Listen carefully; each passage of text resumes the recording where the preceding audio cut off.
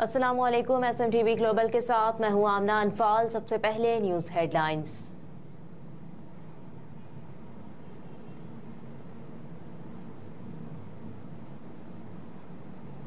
Paris से बाबर मुगल की report के मुताबिक चौधरी फजल इलाही ऑफ मरारपुर की तरफ से सीनियर सहाफ़ी और नुमाइंदा PTV जाहिद मुस्तफ़ा आवान के एजाज में वेलियर लॉबेल में गौरमे रेस्टोरेंट में शानदार इशाइये का एहतमाम किया गया। इस इशाइये में पाकिस्तान से आए चौधरी मोहम्मद इलियास बलोच मेहमान खुसूसी थे। इस मौके पर चौधरी इलियास बलोच ने जाहिद मुस्तफ़ा को उम्रे की मुबारकबाद देते हुए कहा कि उम्रे जैसे मुकद्दस फरीज़े की अदायगी एक बड़ी सादत है। अल्लाह ताला आपका आना जाना कबूल फरमाए और तमाम आलिम इस्लाम पर अपना फजलो करम फरमाए। उन्होंने मजीद कहा कि इस महफिल के शुरका को अपनी दुआओं में खुसूसी याद रखना है। इस तकरीब के मेजबान चौधरी फजल इलाही ने इशाइये के शुरका से खिताब करते हुए कहा कि जाहिद मुस्तफ़ा आवान मेरा छोटा भाई और पाकिस्तानी कम्युनिटी का सबसे सरगर्म सहाफ़ी है। मैं इनके लिए दुआ गो हूँ कि अल्लाह करीम इनका उम्रा कबूल फरमाए और हम सब पर अपना फजलो करम फरमाए।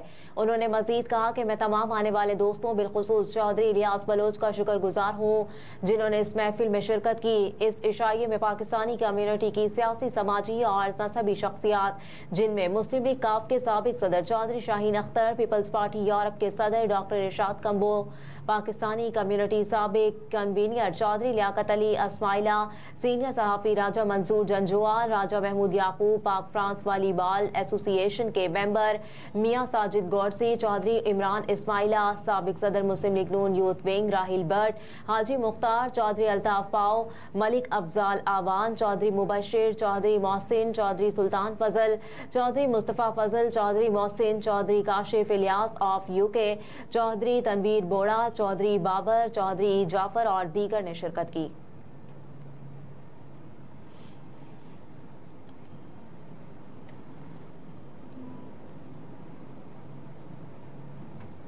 जफरवाल सेक्टर पर भारतीय फोर्सेस की बिला इश्तियाल फायरिंग। भारतीय फोर्सेस ने जफरवाल सेक्टर में क्वाडकॉप्टर ड्रोन से दरअंदाजी की कोशिश की जिसे पाकिस्तानी फोर्सेस ने नाकाम बना दिया।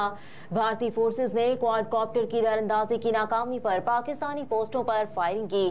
पाकिस्तानी फोर्सेस के बर वक्त कार्रवाई करते हुए भारतीय जारहियत का भरपूर जवाब दिया।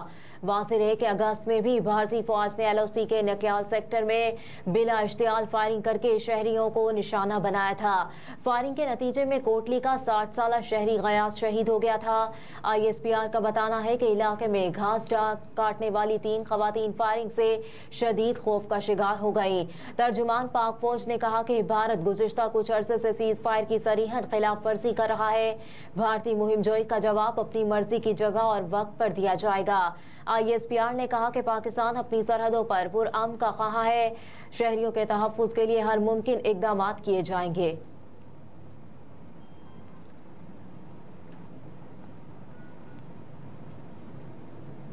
साइफर केस में चेयरमैन तहरीक इंसाफ की दरखास्त जमानत मुस्तरद। साइफर केस में चेयरमैन PTI की दरखास्त जमानत पर अडियाला जेल में समाअत हुई। खुसूसी अदालत के जज अब्दुल हसनात मोहम्मद जुल्करनैन ने समाअत की। वकील सलमान सफदर, सिकंदर जुल्करनैन, उमर नियाजी, उस्मान गुल कमरा अदालत में पेश हुए। जबकि चेयरमैन तहरीक इंसाफ और शाह महमूद कुरैशी के अलावा मुकदमे के IO पर प्रोसिक्यूटर मौजूद थे। इस्लामाबाद हाई कोर्ट के चीफ जस्टिस आमिर फारूक ने चेयरमैन तहरीक इंसाफ की दरखास्त पर महफूज फैसला सुना दिया। फैसले में अदालत ने चेयरमैन तहरीक इंसाफ की साइफर केस में दरखास्त जमानत मुस्तरद कर दी जबकि साइफर केस के इखराज की दरखास्त भी रद्द कर दी। अदालत ने फरीकैन के दलाइल सुनने के बाद दरखास्त जमानत पर 16 अक्टूबर को फैसला महफूज किया था जबकि वकला सफाई ने इस्लामाबाद हाई कोर्ट का तहरीरी फैसला आने तक समाअत रोकने की इस्तदा की थी। चेयरमैन तहरीक इंसाफ इस वक्त साइफर केस में जुडिशल रिमांड पर जेल में है।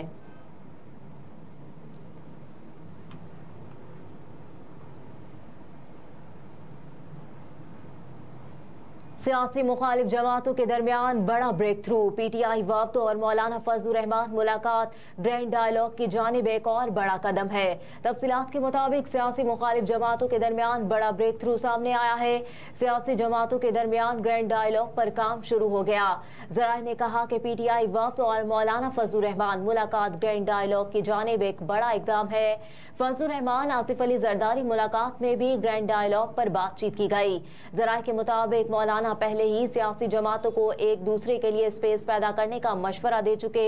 ग्रैंड डायलॉग में सबसे बड़ी हरीफ जमातें जेयूआई और पीटीआई भी शामिल होंगी।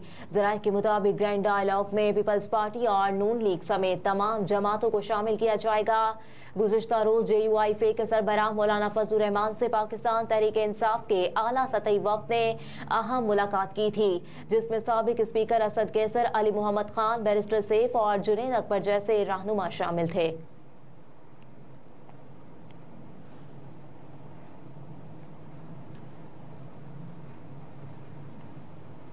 नवाज शरीफ की अपीलें बहाल होने पर तहरीक इंसाफ का सख्त रद्द-ए-अमल। तहरीक इंसाफ के तर्जुमान ने अपने बयान में कहा कि सजा याफ्ता मुजरिम की जिंदगी फ्रॉड, करप्शन और गुलामी और ताबेदारी से इबारत है। इक्तदार में आकर गिरेबान वरना पांव पकड़ना नवाज शरीफ का फलसफा सियासत है। तर्जुमान ने कहा, नवाज शरीफ के खिलाफ मेहरान बैंक स्कैंडल और असगर खान केस रिकॉर्ड पर है। बेनजीर भुट्टो के खिलाफ उन्होंने आईजीआई बनाकर सियासत को आलूदा किया। जाती उम्रा का मुजरिम वजारत उज़्मा तक पहुंचा तो कौमी खजाने की लूटमार की। पीटीआई ने रद्द अमल में कहा कि करप्ट खानदान का सियासत में किरदार बढ़ता गया, इनकी तिजोरियां भरती गईं। 3 दिहाइयों पर मुहित इक्तदार और सियासत का कच्चा छटा पनामा लीक्स में सामने आया। करप्ट शख्स अपनी सफाई में कागज की एक रसीद तक पेश ना कर सका। तर्जुमान ने कहा कि पाकिस्तान बदल चुका, अवाम मुकदमा अपने हाथ में ले चुके हैं।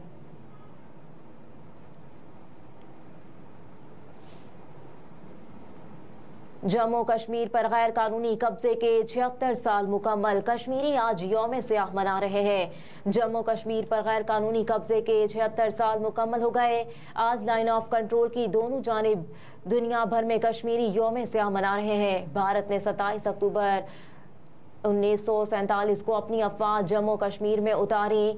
जम्मू कश्मीर पर गैर कानूनी कब्जे के 76 साल मुकम्मल हो गए। भारत ने 27 अक्टूबर 1947 को अपनी अफवाह जम्मू कश्मीर में उतारी। काबिज फौज ने कश्मीरियों को बुनियादी इंसानी हुकूक से ही यकसर महरूम रखा, जिसके बाद इंसानियत सोज वाकयात का ऐसा सिलसिला शुरू हुआ जो आज तक जारी है।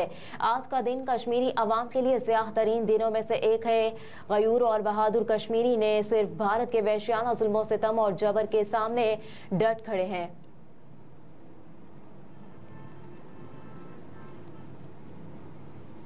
यौम सियाह पर कश्मीर पर सदर मुमलिकत और निगरान वज़ीर आज़म के पैगामात। सदर मुमलिकत डॉक्टर आरिफ अलवी और निगरान वज़ीर आज़म अनवारुल हक काकड़ ने यौम सियाह कश्मीर के मौके पर अपने पैगामात में कहा कि 27 अक्टूबर कश्मीरियों के लिए स्याह तरीन दिनों में से एक है। इस दिन कश्मीरियों की जायज़ ख्वाहिशात का गला घोंटा गया।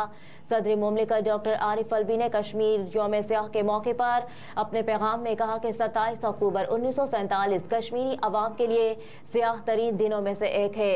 भारतीय कब्जे ने अपने तकदीर खुद तय करने की कश्मीरियों की जायज़ ख्वाहिशात का गला घोंटा। आरिफ अलवी ने कहा कि भारतीय ज़ेर तसल्लुत जम्मू कश्मीर के लोगों ने तवील अरसे से जुल्म बर्दाश्त किए। भारत कश्मीरियों के हक़ खुद इरादियत के आज़म को कुचलने में नाकाम रहा। दूसरी जानिब निगरान वज़ीर आज़म अनवारुल हक काकड़ ने भी कश्मीर यौम सियाह के मौके पर पैगाम में कहा कि आज जम्मू कश्मीर के बड़े हिस्से पर भारत के गासिबाना कब्जे को 76 साल बीत गए। 27 अक्टूबर 1947 को भारत ने पहली बार अपनी फौजों को मकबूजा जम्मू कश्मीर में उतारा। तब से आज तक भारत ने इस इलाके पर जबरदस्ती कब्जा जारी रखा हुआ है। अनवारुल हक काकड़ ने मजीद कहा कि भारत ने जम्मू कश्मीर पर गैर कानूनी हुक्मरानी के लिए मुख्तलिफ हथकंडे आजमाए। भारत ने 5 अगस्त 2019 से एक मजमूम मुहिम का आगाज कर रखा है और कश्मीरियों को बेइख्तियार कम्युनिटी में तब्दील करने की घिनौनी साजिश कर रहा है।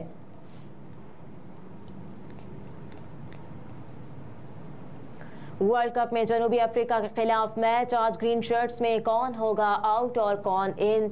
ग्रीन शर्ट्स मैदान में 2 तब्दीलियों के साथ उतरेगी। भारत में जारी क्रिकेट के सबसे बड़े आलमी valley ICC one day world cup 2023 में पाकिस्तान मुसलसल 3 मैचेस हारने के बाद मेगा इवेंट में वापसी का मिशन के मुश्ताक। आज से मुकाबले शुरू। कौमी टीम मेगा इवेंट की मजबूत टीम जनूबी अफ्रीका से चेन्नई के चिदंबरम स्टेडियम में टकराएगी। मैच पाकिस्तानी वक्त के मुताबिक दोपहर 2:30 बजे शुरू होगा। आज के मैच के लिए कौमी टीम में 2 तब्दीलियां की जाएंगी। फास्ट बॉलर हसन अली जो बुखार में मुब्तला होने के बायस आज का मैच नहीं खेल रहे, उनकी जगह वसीम जूनियर फाइनल 11 का हिस्सा होंगे। जबकि 2 मैचेस में कारकर्दगी ना दिखाने पर लेग स्पिनर को ड्रॉप करके मोहम्मद नवाज की फिर वापसी होगी।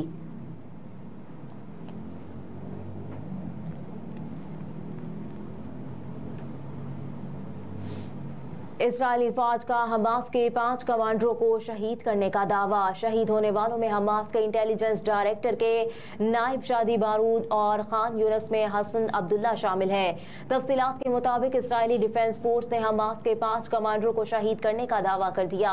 इसराइल के वजीर दिफा योआव गैलेंट ने इसराइल को बहादुर करार देते हुए कहा कि अगले 75 साल इस जंग पर मुनहसिर हैं। योआव गैलेंट ने कहा कि इसराइली फौज ने हमास के इंटेलिजेंस डायरेक्टोरेट के नायब सरबरा शादी बारूद खान यूनस में हसन अब्दुल्ला को शहीद किया। जबकि रात के बमबारी में दराज नका बटालियन के मजीद 3 कमांडर्स शहीद हुए, जिनमें ब्रिगेड के सरबरा रिफात अब्बास, नायब इब्राहिम, जंगी उमूर के सरबरा तारिक मारूफ भी शामिल है।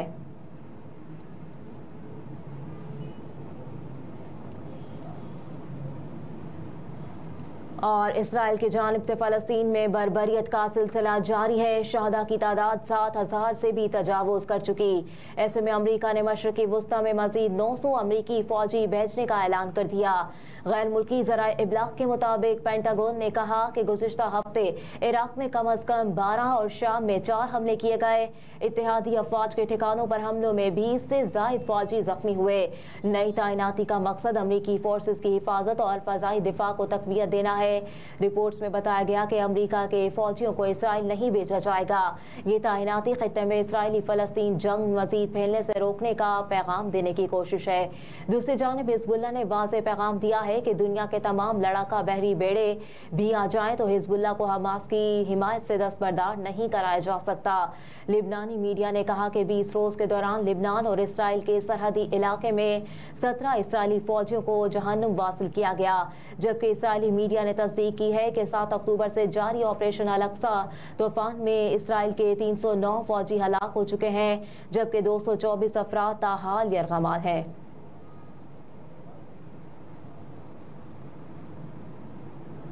हेडलाइंस आप जान चुके। न्यूज़ स्टूडियो से फिल वक्त इतना ही। आप देखते रहिए SMTV ग्लोबल।